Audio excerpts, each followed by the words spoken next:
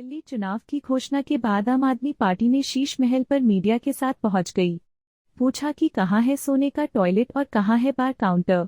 भाजपा के पक्ष में पहले तो पीडब्ल्यूडी ने एक विज्ञप्ति निकालकर केजरीवाल के बंगले का विवरण जारी किया था।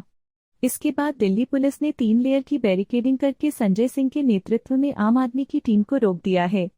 आम आदमी पार्टी मीडिया को बंगले के बारे में बीजेपी के झूठ को दिखाना चाहती थी कि अगर मुख्यमंत्री के आवास को देखा जा रहा है, कितना पैसा खर्च हुआ, कहां स्विमिंग पूल है, कहां मिनी बार है, कहां सोने का वॉशरूम है, तो हम दिखाने के लिए तैयार हैं, चलिए।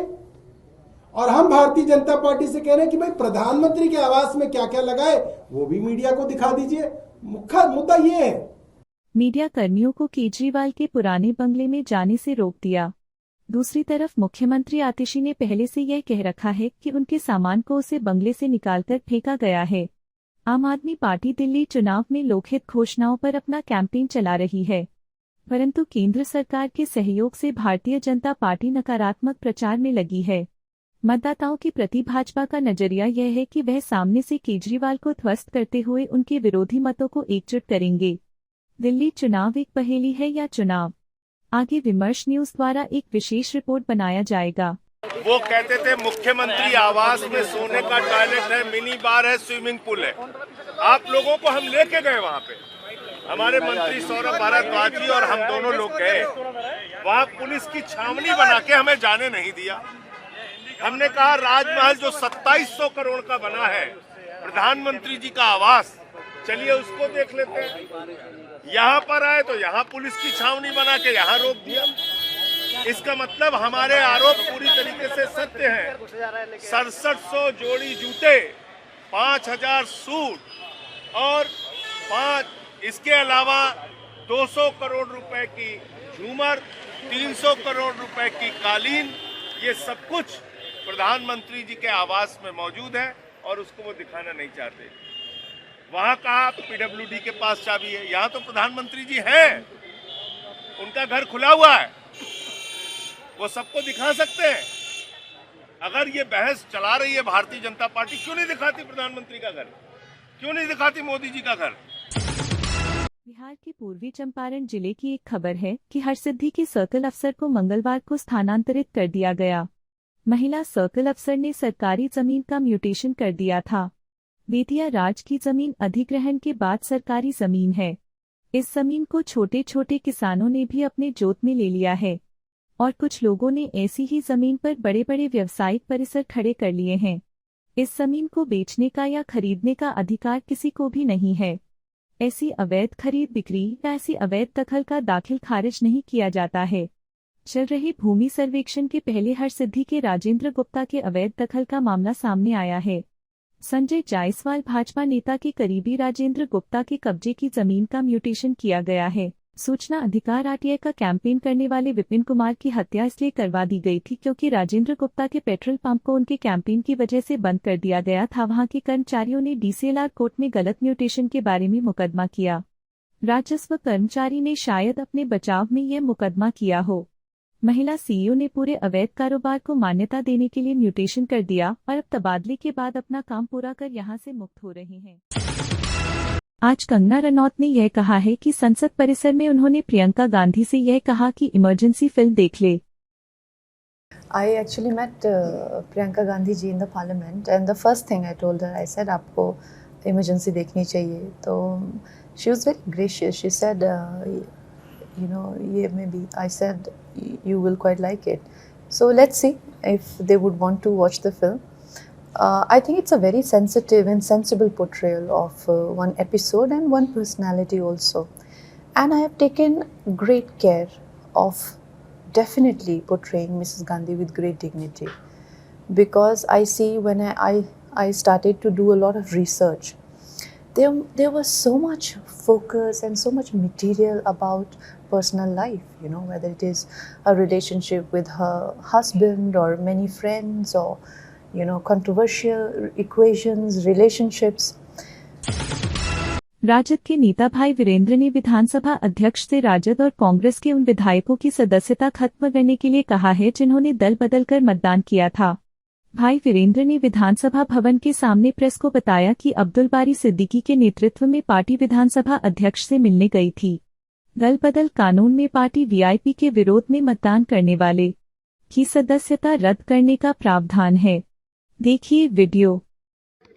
आज हम लोग शिष्टमंडल हम अपने बड़े नेता सिद्दीकी साहब के नेतृत्व में आज विधानसभा अध्यक्ष जी से मिला और जो हमारे दल के 4 माननीय विधायकों ने दल बदल विरोधी कानून का उल्लंघन किया है, पार्टी के व्हीप का उल्लंघन किया है और 4 व्यक्ति हमारे दल का और 2 कांग्रेस का, उनकी सदस्यता रद्द करने के लिए शिष्टमंडल महागठबंधन का आज हम लोग अध्यक्ष जी से मिले।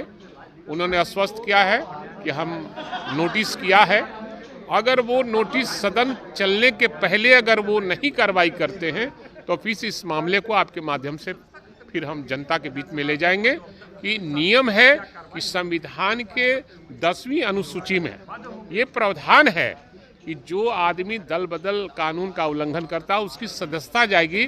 वो देर हो रही है, देर ना हो। फरवरी में बजट सत्र भी है। हाँ, उसके पहले अगर नहीं कुछ होता है तो हम लोग निश्चित रूप से आपके माध्यम से आवाज को बुलंद करने का काम करेंगे।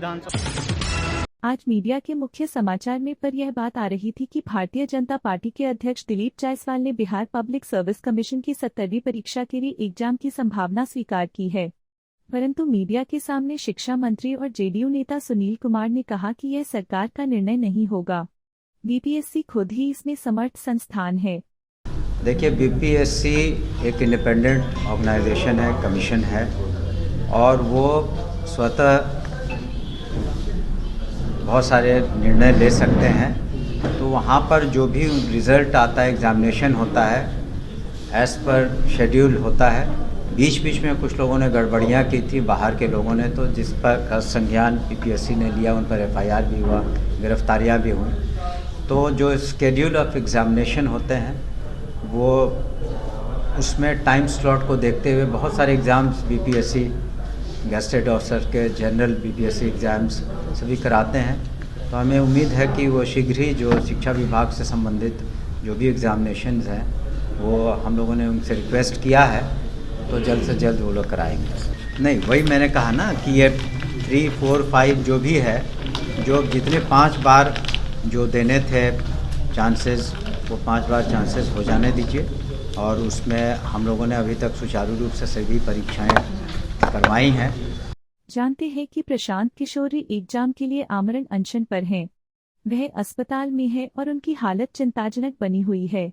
उनके लोग प्रेस में ये कह रहे हैं कि प्रशांत किशोर का उपवास खत्म किया जाना उनके स्वास्थ्य के लिए जरूरी है। संकट यह भी है कि पप्पू यादव ने दोबारा बिहार बंद का कार्यक्रम दे रखा है। पप्पू यादव का पिछला बिहार बंद का कॉल चक्का जाम में बदल गया था और इस कार्यक्रम की भरपाई के लिए उनके लोगों ने कुछ जगह रेल के सामने आकर ट्रेन रुकवाने की कोशिश की थी। इस तरह बिहार बंद का उनका कॉल फ्लॉप हुआ था। इस स्थिति से बाहर निकलना बिहार सरकार और सत्ता पक्ष के लिए एक पहेली बनी हुई है। राज्यपाल साहब से हम लोगों ने इस साल में जितने 4-4, 5-5 पेपर लीक आउट हुए उसके मुद्दों पर हम लोगों ने जांच किया और बीपीएससी के मुद्दों को बृहत रूप से जांच का मुद्दा है, उसको हमने कहा कि आप इसको देखिए। और मेरा आग्रह था उनसे कि जिनसे भी बात करना पड़े, उन्होंने कहा निश्चित रूप से बच्चों के भविष्य के साथ खिलवाड़ नहीं होगा, केस भी नहीं होंगे। मुझको लगता है मैंने जो लोग इसमें इन्वॉल्व है उसकी संपत्ति की जांच की मांग उठाई है। मैंने संजीव जो सिपाही भर्ती है उसके परिवार का फोटो किसके साथ साथ है उसकी भी बात मैंने उनसे आग्रह की है। साथ साथ हम लोगों ने मजबूती के साथ, जैसे 6 को था मसाल जुलूस, 9 को धरना है, 12 तारीख को बिहार बंद का हम लोगों ने निर्णय लिया है। पशुपति पारस और उनकी पार्टी लोजपा के द्वारा रामविलास पासवान के द्वारा चलाई जा रही परंपरा के अनुसार मकर संक्रांति के दिन दही चुरा के भोज का आयोजन किया है। पार्टी नेताओं ने प्रेस को बताया कि उस दिन बिहार को नहीं जानने वाले और बिहार के बाहर पैदा होने वाले नेता को नहीं बुलाया जाएगा। उनका इशारा चिराग पासवान की तरफ था। सभी दलों के नेता के अलावा बाबा चौहरमल के वंशजों पासवान जाति के लोगों को आयोजन में बुलाया जाएगा। इन लोगों ने चुनाव में मैदान में उतरने की भी घोषणा की।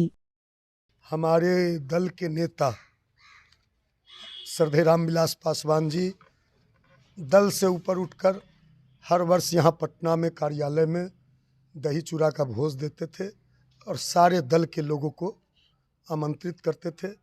और आप लोग को भी पत्रकार लोगों के साथ उनका अपार स्नेह था, अपने से दही चूड़ा खिलाते थे। तो जो बड़ी लकीर हमारे नेता रामविलास पासवान जी खींच के गए हैं बिहार और देश की राजनीति में, उसी लकीर को आगे बढ़ाने का काम हमारे दल के राष्ट्रीय अध्यक्ष पारस बाबू कर रहे हैं। पारस बाबू ने 15 तारीख को यहाँ दही चूड़ा का भोज का आयोजन दिया है। तो जितना भी देसी लोग हैं उन लोग को बुलाया जा रहा है और कोई विदेशी लोग को उस दिन नहीं बुलाया जा रहा है। जिसका जन्म न बिहार में हुआ, न बिहार के संस्कार को जानता है, न बिहार के संस्कृति को जानता है, जिसने न चाचा का सम्मान किया न अपने चचेरे भाई का सम्मान किया, जिस व्यक्ति ने अपने चाचा को कह दिया 2020 में कि आपके हमारे खून में फर्क है, तो ऐसे व्यक्ति को जो ईस्ट इंडिया कंपनी पार्टी का राष्ट्रीय अध्यक्ष है, ईस्ट इंडिया कंपनी पार्टी विदेशी कंपनी थी, तो कोई किसी भी विदेशी कंपनी को हम लोग नहीं बुला रहे हैं। सभी को पारस बाबू दही का टीका लगाएंगे, दही का तिलक करेंगे और 2025 के विधानसभा का जो जंग है उसका जंग का आह्वान करेंगे और 2025 का जो रन है उसका रन की तैयारी के लिए सब लोग को दही का तिलक लगा के सब लोग को यहाँ से 2025 के समर में कूदने की तैयारी करेंगे।